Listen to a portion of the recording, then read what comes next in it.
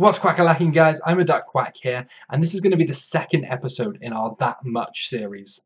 Now, going back a week, we looked at a few players in our How Much series, the first being Edison Cavani's third inform card.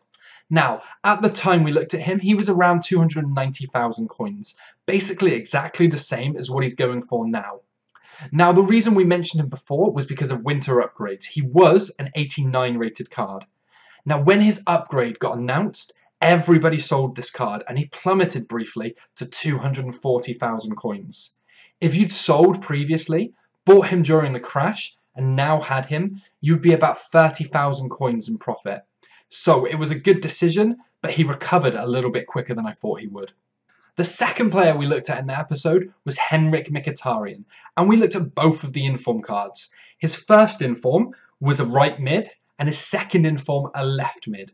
Now, if you remember, the first inform was selling for about 110,000 coins. His second inform was selling for about 160,000 coins. If we have a little look at the market now, his second inform is all the way up to 190,000 coins. That's a 30,000 coin increase. While his first inform is currently up to 130,000 coins, which is a 20,000 coin increase. Now, this is minimal compared to what I was expecting. If you remember, he also got another special card released, which was a centre attacking mid man of the match card. During this period, the prices of these informs plummeted, which would have been a perfect time to pick these guys up.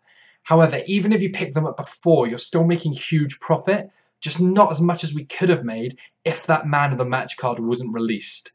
The other bonus is we're not even quite at the next BPL Weekend League, so the one where you're allowed to use these players again. During this week, I expect him to rise even more and get closer to that 200,000, 210,000 mark. Right, guys, so the third player we looked at was Socrates and his second inform card. Now, if you remember initially, I advised you guys to pick up this second inform when he was about 60, 65,000.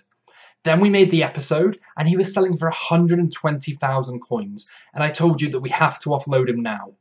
If we look at his price just a week later, we can see that it's all the way down to under 75,000 coins now. It's getting very close to the time when we want to be investing in this guy again. But if you'd bought and sold when I suggested, you could be about 50, 60,000 coins in profit. Now, the reason we wanted to get rid of him when we did was because of the hype around the Bundesliga/La Liga Weekend League. We made the most coins we could out of him, and now everybody's offloading him and he's starting to plummet back down. He most likely will recover because just look at those stats, they are incredible. Maybe try and wait for him to get down to about 65,000 coins and then invest. He's going to rise again over time. So the final player that we looked at in that episode was Stevan Jovetic, and it was his one to watch card. Now, I was telling you guys to pick him up for around 45,000 coins because I thought that he was nailed on for a team of the week. What happened? He got the team of the week, and everybody who invested in him doubled their coins. He was selling for about 75, 80,000 coins. If you saw my Trade to Glory series, we sold both of ours for 80,000 coins, so it was such easy money. If he didn't make it, it was no risk anyway, because he was going to rise the next week when the next set of matches happened anyway. So this one is probably the most profitable and best choice that we've had in this investment series so far.